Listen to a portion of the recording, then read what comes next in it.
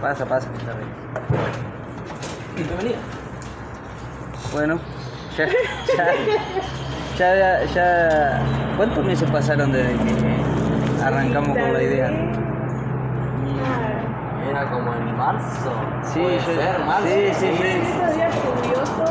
Sí, porque de marzo. las veces que íbamos ahí, estamos en Gualeguaychú. Sí. Estamos en Claro. Terraza, en plena costanera.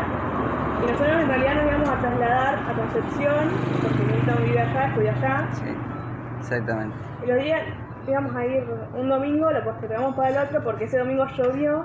Y otro domingo llovió peor. Sí, no. Es terrible.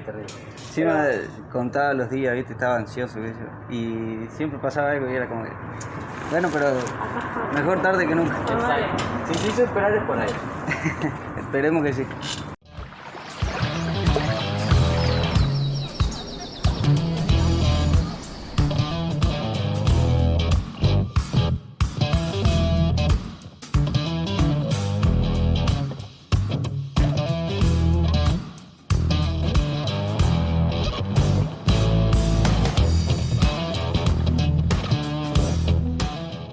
Ayer tuve que modificar algunos datos de mi hoja porque cuando yo te hablé vos tenías 25K en TikTok y ayer llegaste a los 30. Sí. ¿Ayer? Sí, ayer o antes de ayer, hace unos días. Pasa que eso pasa de un día a otro y muchas veces como que le perdés el ritmo.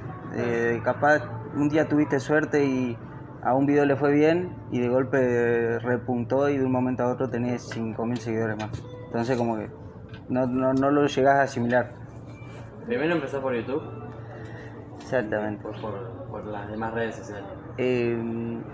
Arrancó todo en plena pandemia.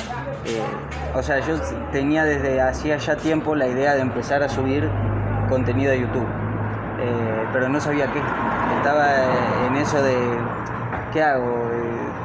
¿Juego? ¿Hago humor? También hay que pegar. Claro, Si hacia qué me puedo orientar, ¿viste? Y bueno, fue justo plena pandemia, yo estaba en Concepción y me pasó de que estaba todo el día encerrado, por obvias razones, solo, y lo único que hacía era estudiar, comer, dormir y así todos los días. Y ya me estaba volviendo loco, no, tenía un cansancio mental, entonces necesitaba algo para distraerme. Y de un día a otro dije, bueno, me voy a poner, tengo material para hacer algo que se llama divulgación científica. Entonces me puse a atar cabo, dije, ¿qué necesito? ¿Qué me falta? ¿Cómo lo puedo presentar? ¿Cómo puedo gestionar esto? Y como lo que me sobraba era el tiempo, porque uno más allá de que vos estés estudiando todo, no estudiás 16 horas por día, ¿entendés? Porque si no, la misma cabeza llega un momento que te explota. Y fueron días, creo que en 3 días ya había armado todo, había guionado algo que me había interesado y de un día a otro saqué 3 videos que fueron como esto es más o menos lo que yo quiero que sea. Claro, es más o menos por acá van a ir los videos que tengo pensado hacer. Y bueno, después obviamente con el tiempo va evolucionando. Uno va como aprendiendo cómo comunicar mejor en sí, porque vos podés tener una muy buena idea, pero si no podés plasmarla de una manera correcta y se complica que la gente por ahí se enganche o lo entienda o le interese siquiera el tema. Al principio tu canal se llamaba Mediciense, perdón la pronunciación, sí. Voy a pronunciar todo mal. Mirá, yo lo escribí, era Medi Science, pero hasta el día de hoy nunca descifré cómo pronunciarlo, porque era como una palabra que claro, me lo inventé yo así. Tú quedas más lindo así en inglés. Y pasó, o sea, lo tuve por muchísimo tiempo. Y de golpe apareció un canal, no sé si árabe, japonés, chino, algo así, con el mismo nombre y que estaba pidiendo como una verificación, una cosa así, como que había llegado a ciertos requisitos. Entonces yo tenía que cambiar nombre. Ah, te mandaron un mail. Claro que por derechos de autor el nombre no era válido, qué sé yo. ¿Pero quién empezó primero con ese nombre, vos? Sinceramente no sé. Pero, Si lo buscamos, pero el chiste está en que el que ¿cómo se dice? El que cumpla ciertos requisitos claro. primero se puede agenciar el nombre, como decir, es mío, no importa que vos lo hayas pensado. O sea, el primero que lo patentó sí, fue... claro, el primero que pegó con ese nombre fue tal, entonces yo... Y ya no tenía ganas de pensar nombre, entonces dije, ya fue, pongo mi nombre y ya está. Es mucho más sencillo. ¿Cómo surge la medicina en tu vida? O sea, si hay algo que lo marca en tu vida que diga, por esto quería dedicarme a la medicina, o fue algo que surge así Mirá, si hablamos de cuestiones familiares y cosas así, no tengo nadie que trabaje en ámbito de salud y... Claro, muchas veces puede pasar que tener una mamá, claro, un papá, o algo que esté tío, dentro ya de la medicina. No, yo arranqué... cuando era chico vi las películas de Saw, del juego del miedo. Sí. Y que es una película de terror gore que no tiene nada que ver, pero había un personaje que era médico forense. Y a mí me había re gustado la idea esa de como examinar gente muerta, ¿viste? O sea, es medio raro. Quiero estar ahí. Quiero sacar el cuerpo, cortarlo a la mitad y mirarle qué le pasó. Tenía, no sé, que tenía 11, 12 de esa edad y yo quería abrir gente.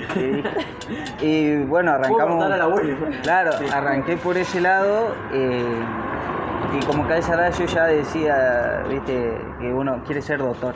¿Viste? Lo primero que decís. Y después, cuando vas creciendo y lo vas analizando de otra manera, empecé a decir, bueno, en vez de hacer medicina forense de lleno o de manera muy específica, y que encima no recuerdo bien dónde es que está la facultad Paraná, que se estudia eso. En Paraná, sí, pasa que en Paraná está lo de médico viscerador, que ese es como el que hace el trabajo sucio del forense. Es decir, el viscerador es el carnicero y el forense es lo que te dice ¿Qué pasó? Exactamente. Entonces dije, hago medicina general, medicina clínica en la UNER, en la Facultad de Ciencia de la Salud, ahí en Concepción, y después más adelante veremos también por dónde agarramos. Claro, porque a lo largo de la carrera, como es algo más generalizado, te presentan tantas cosas que vos capaz estás fijo con una así de voy a seguir con esto, y de repente te aparece una materia, un profesor, algo que te cambia la cabeza y decís, no, me voy para algo nada que ver, ¿viste? Así que bueno, ya veremos qué pasa más adelante. Hoy en día, lo que tenés acá, ¿qué tenés? Y sigue siendo ahí la medicina forense. Sí. Y además también lo que es criminalística y esas cosas va por ahí. Sí. Va a seguir haciendo peli de terror. Cuando pensamos en esta entrevista, siempre me puse a observar todas las cosas, ¿no? De cuál es tu trabajo, de la forma en cómo desarrollar los videos para llevar la información. Y no que sea una información de palabras que pasen palabras a la vez, sino que yo, una persona que no entiendo, pueda entender realmente de qué se trata eso. Entonces, ¿cómo desarrollás vos ese momento de decir, bueno, capaz hay palabras que vos sí entendés, pero decís, no, pero esta persona no va a entender? ¿Cómo buscás esa vuelta para que sirva el video? Pasa que el punto del canal es justamente ese. Yo lo que hago, lo que intento hacer, se conoce como divulgación científica, que es básicamente acercar a la gente, a alguien que no tiene nada que ver con el tema, ¿viste? Explicarle cosas que por ahí tienen obviamente su complejidad, pero de una forma simple, amena, que lo pueda entender tanto un chico de 14, 15 años como una persona de 60. Es decir, quitando todo el tecnicismo, pero sin reducirlo tanto como para restarle importancia. Entonces como que siempre partí de esa base de decir, bueno, si utilizo este dialecto, va a haber gente que se va a sentir más identificada con la forma en la que hablo. Si utilizo estas palabras, si utilizo estas referencias, si hago esta analogía, si hablo, qué sé yo, si yo hablo de un hecho histórico, de algo que pasó, no sé, en los 90, ponele, obviamente va a haber gente que lo vivió en carne propia, va a haber otra que se la habrán contado, entonces es como encontrar un tándem entre todas esas ideas y tratar de hacerlo lo más general posible, que la gente no se pierda, que por ahí a nosotros nos pasa que por ahí escuchás venís bien, digamos, venís, escuchás una palabra que no entendiste y ya perdiste el hilo. Entonces tratar de evitar eso y sobre todo que sea entretenido, es decir, que no sea una clase como las que nos daban en pandemia, que eso también fue como algo que me llevó a hacer los videos, que yo no quería replicar lo que nos pasaba a nosotros en pandemia, que era que te daban muchos videos de un profesor, que ojo, esto no digo que esté mal porque el profesor está haciendo su trabajo y listo, es otro tema, pero el hecho de estar 2 horas mirando a una persona que está mirando fijo una cámara así, y hablando, sí, que no tiene ningún sentido. Claro, quería como cortar un poco esa monotonía y además demostrar que el hecho de aprender o de conocer cosas nuevas no tiene por qué ser tedioso, aburrido, pesado, ¿viste? No, o sea, el divulgador científico muchas veces lo que tiene que hacer, además de simplificar conceptos que pueden ser complicados, además lo que hace es abrir una puerta para que una persona diga, mira qué loco esto que estoy escuchando, que estoy leyendo, que me están contando acá. Cuando llega mi caso, cuando tengo un tiempito libre, voy a buscar más porque me interesó. Claro, eso también es lo que buscamos, como generar ilusión por un tema en gente que seguramente no tiene nada que ver, que no... La curiosidad. Claro, despertar curiosidad. Eso es una buena definición. No, a mí lo que me da gracia igual, a mí porque capaz te ve alguien de Buenos Aires, da igual, que lo hablas bien entrerriano. Ah, sí. Eso sí, como que... Sí, no hay que perder la tonada. No, bueno, tenemos una sección que se llama ¿Qué pingo es? Exactamente. Bueno, vamos a empezar con otra pregunta, porque tu video con más vistas, acá dice que tiene 9,8 mil. 9,8, Sí. Ahora tiene 10. Hoy, ¿verdad? Claro, no sabía. Antes de venir me estuve fijando, tiene 10. Y es sobre la macrofase. La macrofalosomía. Es macrofalosomía. Bien. No lo voy a repetir. No, mentira, sí lo voy a repetir. Porque dice... Esto va cortado, ¿Por qué pensás que llegó tanto a la gente ese video? No me digas lo que es. Es por morbo. Morbo. Yo creo que por morbo. O sea, le estoy hablando de una condición en la que el miembro masculino tiene dimensiones exorbitantes, claro. Y muchas veces hay tanto tabú, hay tanto morbo, hay tanta vergüenza, hay tanta estigmatización con el tema del tamaño, ¿viste? De que el tamaño no importa, cosas así. Entonces yo, como quería también decir, uno con lo que tiene puede funcionar, y tómenlo como quieran eso, y que también el hecho de que sea tan grande no necesariamente quiere decir que sea bueno, es más, es peor, es muy complicado. O sea, siempre dicen, los extremos son malos, ni muy ni tan, tiene que haber un espacio medio. Claro, un promedio, tranqui. No, igual, dije que no me cuentes lo que es porque ahora me dice... ¿Nos puedes explicar qué pingo es? La macrofalosomía. Ahora hacelo tipo en 60 segundos como lo haces vos. Bueno, repitiendo un poco, es una condición en la cual por cuestiones, se cree que es genética, o sea, no hay un origen todavía bien definido, no hay consenso en eso, pero se cree que por factores genéticos el miembro masculino, el pene, continúa creciendo después de la pubertad. Es decir, el hombre cuando llega a la pubertad, el pene crece hasta cierto punto y después por cuestiones hormonales que empieza a haber menos liberación de hormonas como la testosterona, la dihidrotestosterona y cosas así, el pene deja de crecer. En la gente que tiene macrofalosomía, esto no pasa y el pene continúa creciendo. ¿Y cuál es el problema? Que a raíz de esto empiezan a aparecer problemas de impotencia sexual, porque el cuerpo humano no está preparado para levantar eso. O sea, es muy complicado, que yo lo digo en el video, necesitas un corazón aparte que bombee sangre solamente ahí para mantener una erección.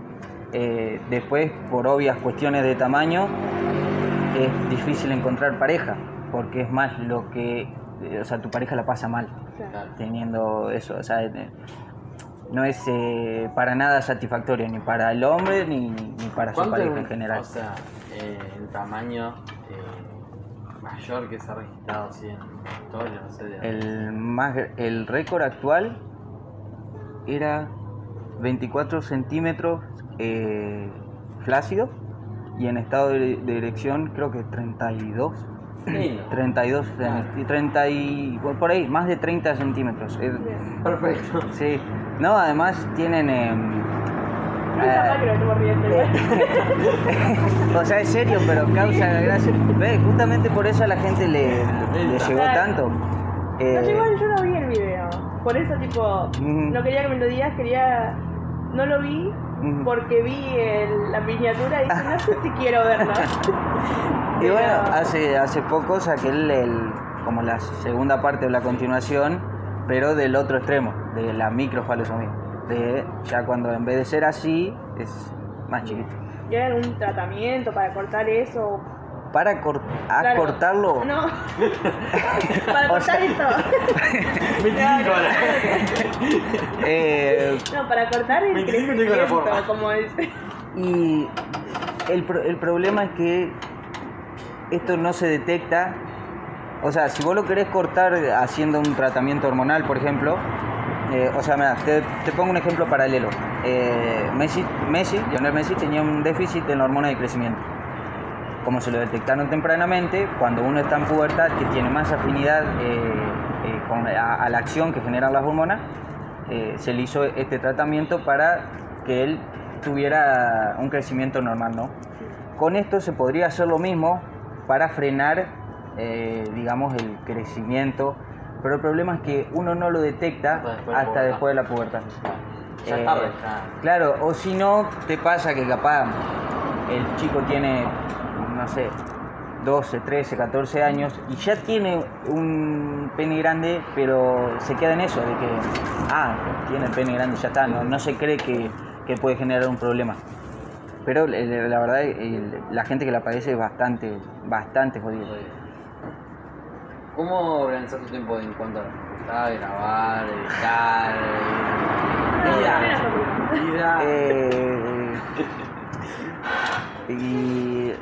Los videos los hago cuando puedo. Sí. A mí me pasa que ahora tengo, digamos, en orden de prioridades, te puedo decir que el canal está tercero. Tengo lo que es la facultad, el trabajo y después está el canal. O sea, yo tengo que repartir mi tiempo en esas tres cosas. Y no puedo descuidar ninguno de los dos. La facultad por razones obvias y el trabajo porque si no, no se come directamente. Claro, por eso, viste, la idea que uno a veces tiene, que idealiza a futuro, de que estaría bueno por ahí llegar a tener algún ingreso desde YouTube para poder dedicar el tiempo que dedico trabajando, dedicarlo más a los videos y a todo el proceso. ¿Te animarías a ir a otros países, tipo a ganar experiencia del lado de medicina, no? Sí. Tipo, te sale una propuesta de decir, no sé, andá a Estados Unidos, vamos a hacer un ejemplo, ¿no? Sí. Y andate a un hospital así, ganás experiencia, ves cómo se hacen cosas. Sí, es más, lo que muchas veces te recomiendan es, si tenés la oportunidad de salir, digamos, de ya sea de tu ciudad, de tu provincia, de lo que sea, siempre te recomiendan hacerlo. Y si es a otro país, y a otro país muy diferente al tuyo, Sí. con más razón, porque eso al fin y al cabo te hace un profesional más completo, porque vos tenés un punto de vista de lo, digamos, hablando mal y pronto, de local y de visitante, una cosa así. Además, volviendo al ejemplo, te vas a Estados Unidos, es bien sabido que hay campos de la medicina y de la ciencia en general, que Estados Unidos está a años luz de Latinoamérica en general. Entonces, el hecho de tener a un médico o a cualquier profesional de la salud que haya hecho residencia o que haya hecho especialización o que haya hecho un postdoc, un posgrado o lo que sea en un país como Estados Unidos, es como, ¿cómo te puedo decir? Claro, es más valioso por el hecho de que tiene otro punto de vista del mismo tema en cuestión. ¿Me entendés? Además, obviamente, en Argentina el sistema de salud no es el mismo que en Estados Unidos, la forma de manejarse es distinta. Una persona que tiene conocimientos de cómo se trabaja en diferentes países o en diferentes provincias incluso, el día de mañana te puede solucionar muchísimos problemas. Y quitando solo lo que es el hecho de el doctor que vas a la consulta y te receta algo para que te sientas mejor, sino también temas de educación, de gestión administrativa, incluso de planificación de nuevos centros de salud. Hay gente que viaja a Europa y ve que los hospitales cumplen todos un patrón, la edificación, digamos, cumplen todos un patrón. Pregunta por qué es así y le dicen porque que esto esté dispuesto de esta manera mejora tal y tal aspecto. Entonces esa persona vuelve y empieza a plantear esa posibilidad de decir, mirá, en tal país de Europa, esto mismo que hacemos nosotros, ellos lo hacen de esta manera y tiene estos beneficios. ¿Qué te parece si empezamos a implementar esto? Por eso. Ahora te doy vuelta al ejemplo. Si sale la posibilidad, ahora bueno, en este caso vos querés estudiar medicina forense, ¿no? Pero por alguna cosa de la vida, si cambiar eso, médico, cirujano o lo que sea. Sí. Te cambio completamente el ejemplo y te dicen, necesitan gente que vaya a trabajar a países más pobres. Vamos a poner un ejemplo, ¿no? O con más necesidad de medicina, por ejemplo, el lado de África, Asia, o bueno, Latinoamérica, o sea, América Central. ¿Aceptás? Sí, también. ¿Te gustaría? Sí, además, es lo mismo, desde otro punto de vista, obviamente. El hecho de que vos tengas una persona que se puede, ¿cómo se dice? Desenvolver bien en diferentes condiciones, ya sea en un mejor sanatorio del mejor mundo o las condiciones más precarias. Sí. Además, todo es experiencia, todo es válido, todo lo que se pueda aprender, ya sea en un CAPS, en un centro de atención primaria, en una salita de barrio, o en el hospital, no sé, el italiano, en cualquier, todo sirve, todo es experiencia, y además tiene que ver mucho con el tipo de paciente que vos tenés. ¿Entendés? No es lo mismo atender a una persona que tiene un buen pasar económico, que no le falta educación, que no pasa frío de noche, que no le falta una comida, nada, que atender a gente que no sabe si comió la noche anterior, si está pasando frío, si tienen un techo, ¿entendés? Sí. Te abre mucho la cabeza y te lleva a afrontar por ahí mismas situaciones de maneras distintas. Siempre en comparación, por ejemplo, con una persona que trabajó toda su vida en un mismo ámbito. ¿Entendés? Va por ahí. ¿En qué año estás de la carrera? Tercero. Me quedan, sería cuarto, quinto, sexto, y después se hacen 6 meses de prácticas preprofesionales. Ahí es como que puedes decir que te recibiste y después arranca lo que es la residencia, ya sea en medicina clínica o si tenés suerte, si te va bien, si tenés buen puntaje, podés ponerte un poco más selectivo y elegir algún hospital específico que tenga una residencia específica de tal cosa que a vos te interese. Pero competí con todo el país. Por eso. Bueno, volvamos a YouTube un poco. ¿Cuál fue el video que más te costó o dudaste quizás en subir? ¿Costó en el hecho de hacerlo, de investigar?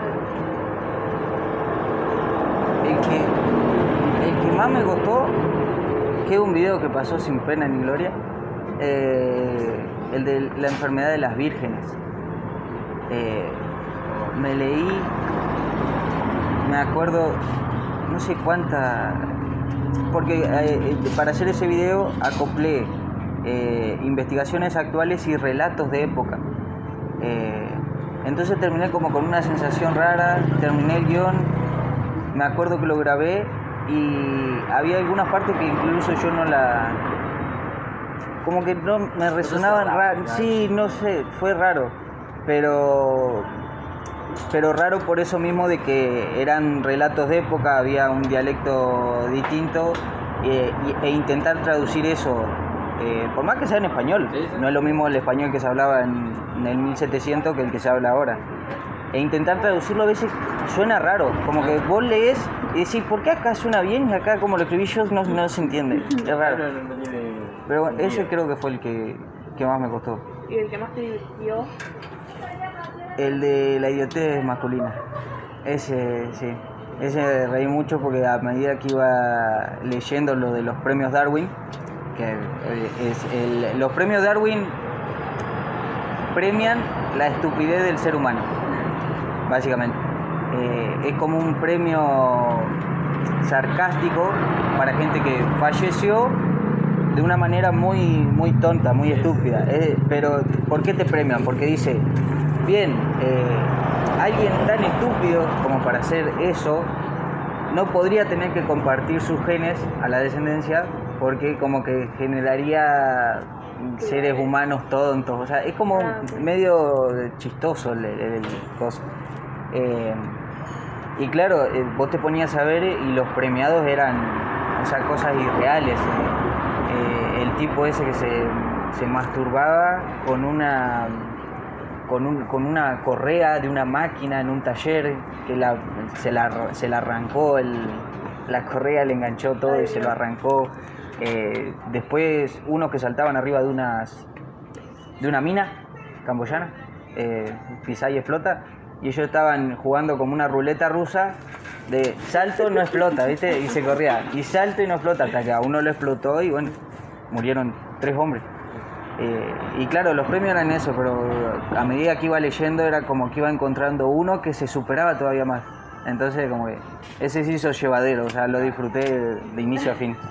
Haciendo ese video, ¿no te viste a vos o viste a tus amigos en alguno de esos? Sí, porque había cosas había cosas que vos decís, salieron muy mal, pero si salían bien. Claro, vos decís, mirá, esto que hicimos nosotros, capaz podríamos terminar acá los premios. Sí, tranquilamente. Yo creo que todos tienen ese momento boludo en su vida que dicen, no, pasé para el otro lado por poquito nomás. Pero risas me faltaron. Claro, lo importante es por la anécdota, digamos. Claro, siempre está ahí.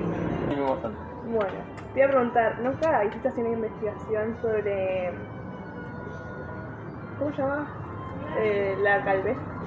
La alopecia, digamos. Claro.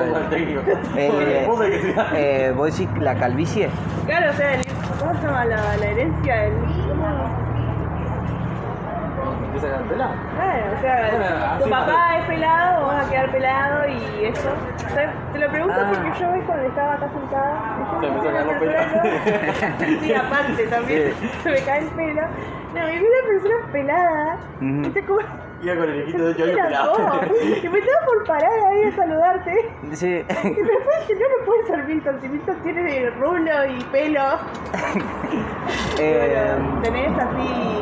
Bueno, eso... ¿Podés llegar a quedar pelado vos, según tu familia? Mira, pelado no, o sea, en mi familia no hay gente pelada. Que te podés llegar a quedar pelado aunque no tengas ningún familiar que sea pelado, eso puede pasar tranquilamente. Hay un montón de factores que influyen en que se te caiga o en la pérdida progresiva del pelo. Hay gente que le pasa más joven, hay gente que le pasa ya cuando es mayor, incluso hay personas que también tienen cierta edad que se empiezan a cortar el pelo y como ya no tiene la misma fuerza, cada vez crece menos y llega un punto en el que te quedas pelado. Tiene que ver, sí, el hecho de que vos tengas más o menos predisposición a tener calvicie, tiene que ver con algo genético, pero por ahí está mal reducirlo solamente a eso. Si vos tenés, ponés que tu familia tiene el mejor pelo del mundo, pero a vos te está matando el estrés, te vas a quedar pelado igual. ¿Entendés? Viene por ahí. Además depende mucho de algo que se llama fenotipo.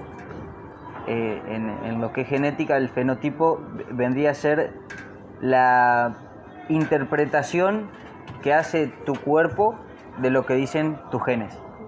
Es decir, vieron que se habla mucho de clonación, por ejemplo.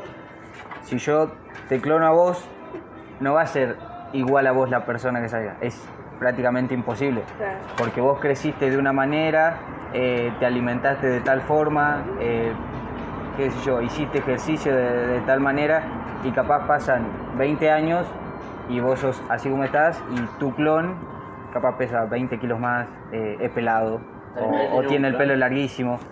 ¿Tener un clon yo? Hay que darlo vida.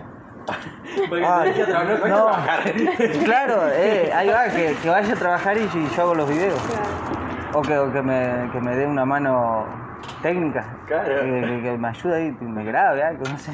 Mira, vos no trabajar y después editar los videos. Claro, sí. Esta es tu función. Después yo me encargo de tener un clon esclavo. Claro. ¿Te animaría a ir a tu escuela a dar charlas de diferentes temas? Sí. O así, cualquier evento. Sí.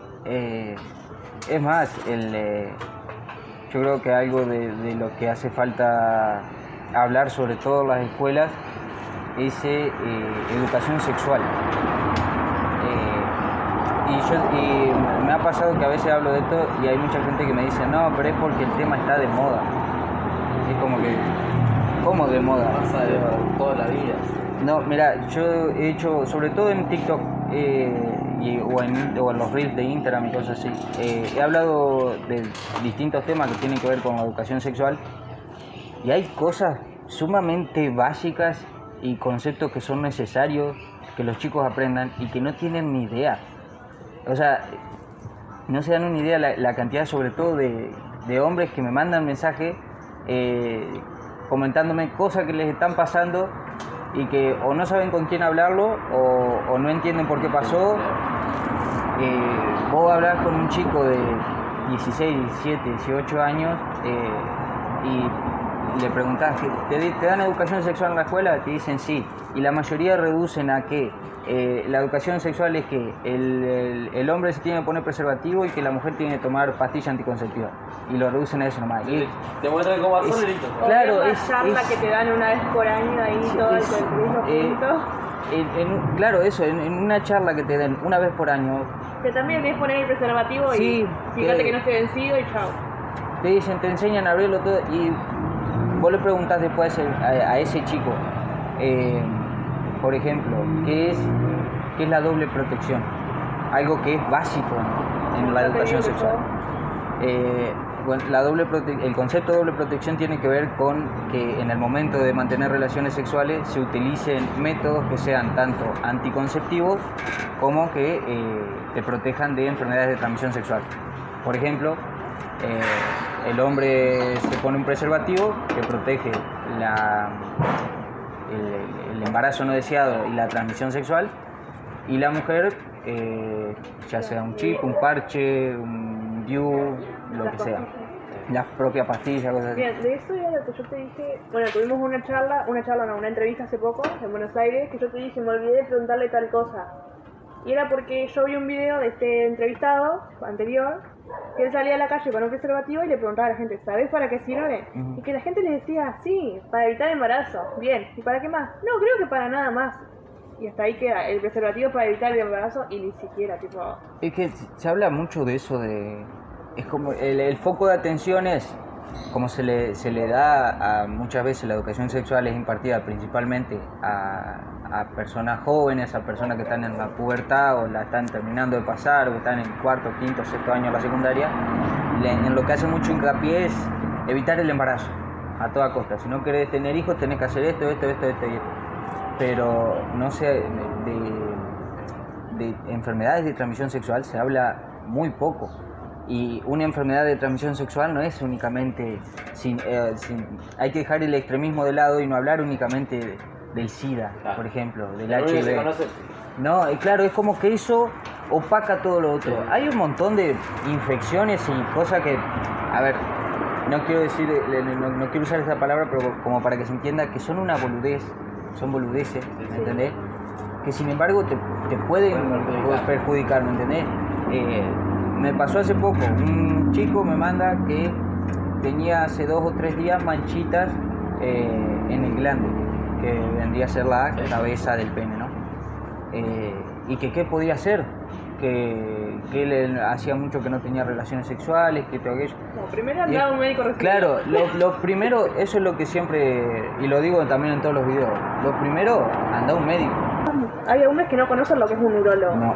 Eso mismo digo, a ver, que estaría bueno que también quede parte de la familia, se incentive de chiquitos, porque, o sea, por ejemplo, pasa que bueno, con las chicas siempre se habla del ginecólogo, sí. Siempre está mucho más presente, claro, que el urólogo en el hombre. Pero no estaría mal que se le empiece en primera común, o sea, que decir, bueno, qué sé yo, cada 5 años, claro, va a ser una revisión. Sí. Y cada 5 años me parece un montón. Bueno, sí, bueno, Es más, por ejemplo, hay una regla que ahora no conozco muy bien, no recuerdo muy bien, que es por ejemplo de las chicas con mamografía, que se tenía que hacer una vez al año y si te salen 2 consecutivas sin nada raro, podés esperar 3 para hacer la siguiente y cosas así. Pero ves, esas cosas... Bueno, el barrio tenemos que hacer sí o sí, reglamentariamente, cada un año, y hay muchas... Bueno, a mí me pasaba que por ahí mi mamá me decía, no es tan importante. Yo desde la primera vez que la ginecóloga me dijo, cada un año estoy ahí, pero porque me genera confianza en mí. Sí, hay muchas, o sea, hay opiniones divididas, hay profesionales que te dicen que es recomendable que se haga recién después de los 30 años, hay otros que te dicen después de la primera relación sexual, hay otros que incluso hablan de la menarca, o sea, de la primera menstruación de la mujer. Yo, simple y sencillo, para resumir un poco, si se encuentran algo fuera de lo habitual, de lo normal, por eso también hay que aprender a conocer el cuerpo de uno para poder detectar estas cosas. Si se encuentran algo así, vayan al médico, no esperen, no busquen en internet, no le pregunten. ¿Qué le pasó? En internet va a parecer que que se te va a caer y no. Se te manda mañana. No. Por eso, siempre, primero que nada, consultar con un profesional, porque te reitero, puede ser o una boludez, un hongo que capaz, qué sé yo, tuviste en un baño público, orinaste y justo tuviste la mala suerte de que te agarraste algo ahí, que puede ser una boludez o puede ser algo más serio. Entonces, para evitar dolores de cabeza a futuro, preferible asegurarse e ir con un profesional de la salud. Y hablando de esto, yo creo que como una última pregunta tengo yo, ¿qué pensás que a pesar del pasar del tiempo, del tanto que se ha buscado, no haya una cura exacta para el cáncer? Un tema muy sensible, pero que se ha intentado varias cosas, pero no se ha encontrado algo tan... ¿Para el cáncer? Sí. Pasa, a ver, muchas veces tendemos a comparar enfermedades o patologías o cosas así. Ponele, hubo mucha gente que con lo de la pandemia decían, ¿cómo puede ser que en 6 meses hayan podido crear una vacuna para el COVID y que enfermedades como el SIDA sigan sin tener cura desde hace décadas. O sea, entiendo esa postura desde el hecho de por ahí no comprender bien todo lo que eso implica. Ponerle, utilizando este ejemplo, lo que es un virus zoonótico, como lo es el SARS-CoV-2, el virus del COVID-19, y el virus que ocasiona el síndrome de inmunodeficiencia adquirida, el SIDA, no son nada que ver. O sea, decir que algo es un virus no quiere decir que todos sean iguales, o que actúen de la misma manera, o que tengan los mismos mecanismos, o lo que sea. Y el cáncer es sumamente complicado porque hasta es difícil detectar el origen. Es decir, si vos no tenés un punto de partida desde el cual empezar, se complica demasiado. Además, se habla mucho de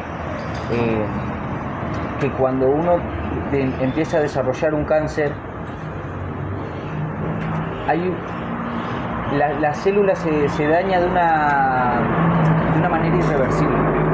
O sea, no hay todavía, claro, no hay, a la normalidad, no sabría cómo explicártelo bien. Pero la cuestión es muy difícil y se siguen probando cosas, y al fin y al cabo todos dicen lo mismo, que obviamente se siguen haciendo estudios, se sigue intentando buscarle una vuelta lógica, pero es como que están todos esperando hay que probar hasta que uno dé la tecla.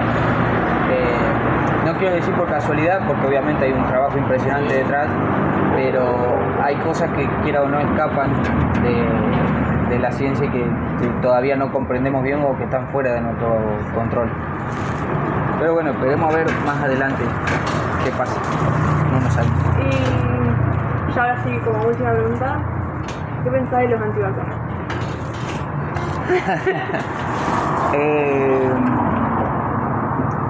No los entiendo.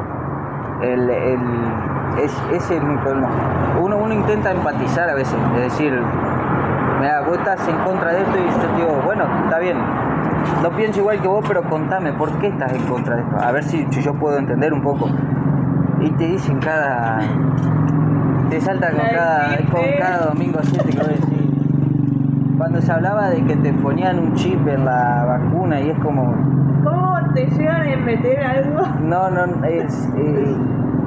o sea, es imposible por muchísimos factores. O sea, del punto de entrada, fabricar un chip nanométrico es posible, eso es posible. Pero fabricarlo a gran escala y ponérselo a una población, no existe dinero en el mundo para poder sustentar eso, ¿entendés? Y encima que se te pegaba la cucharita. Sí, no, además esto se presenta mucho desde el punto de vista psicológico, de decir, ¿por qué la gente? Es más, hay un libro, que no recuerdo el autor ahora, pero se llama ¿Por qué creemos en mierdas? Que si quieren búsquenlo, es bastante interesante, que intenta explicar desde la psicología todo esto de las teorías conspirativas y de por qué la gente intenta darle una explicación irracional y lógica o fantástica a algo que es así porque es así y ya no hay mucha vuelta que darle. Tanto ponerle antivacunas, terraplanistas, ufólogos, los que creen en los extraterrestres, no sé. Claro, bueno, pero como que ahí cada cual... Claro, ¿cuál es el problema? Que una persona piense que la Tierra es plana, como que no te hace daño a vos. No afecta en nada. Ahora, una persona con tendencia antivacuna es peligrosa. Se han dado muchos casos, es más, yo menciono uno en el video que tengo sobre las vacunas y el autismo, de una chica portuguesa que tenía un sistema inmune deprimido por diversas razones, una chica enferma que tenía el sistema inmune deprimido y no podía recibir vacunas. O sea, ella quería, pero su cuerpo no era apto para recibir una vacuna. Y creo que fue el sarampión o viruela, una de esas dos fue, que como en su entorno la gente no estaba vacunada, ella terminó agarrándose el virus y bueno, terminó falleciendo. muchas veces hay que ser un poco empático y decir lo que para mí, capaz, como pasaba con el COVID, lo que para mí capaz una gripe a otra persona la puede llevar a la muerte. Entonces hay que también ser un poco más generoso en ese sentido, ¿no? Pero Muy bueno, yo me voy con bastante concepto. Voy a hacer medicina, me inspiraste. Pero capaz estoy empezando por ahí. dale. ¿Tiene algo en particular? Me sirve. ¿La pasó bien? Sí, bastante. Hablar un poco. Bastante. Realizó la entrevista. Sí, además es la primera vez que hablo con alguien de esto. ¿Está bien? O sea, es... Ya es la primera vez que hablo con alguien. No, o sea, ya he hablado con alguien. No, pero de esto, de lo que yo hago o intento hacer, es la primera vez que hablo con gente. Bien. Quitando, obviamente, mi familia, mis amigos, mi novia. Al final hablaba con todo el mundo. No, pero ya es un grupo Hablo con reducido. todos. Pero está bueno hablarlo con gente que como que escapa de tu entorno. No, muy interesante. Tus videos también. La verdad, aprovechamos para decir, aprovechar y decir las redes sociales. Van a estar apareciendo abajo, Sí, básicamente es Milton Malvido en todo, YouTube, Twitter no vean. No voy a darlo por En Twitter no soy profesional. YouTube, Instagram, TikTok, todo Milton Malvido y bueno, suscríbanse, denle like, compartan. Igual que acá, este video también. Qué pingo ser este video.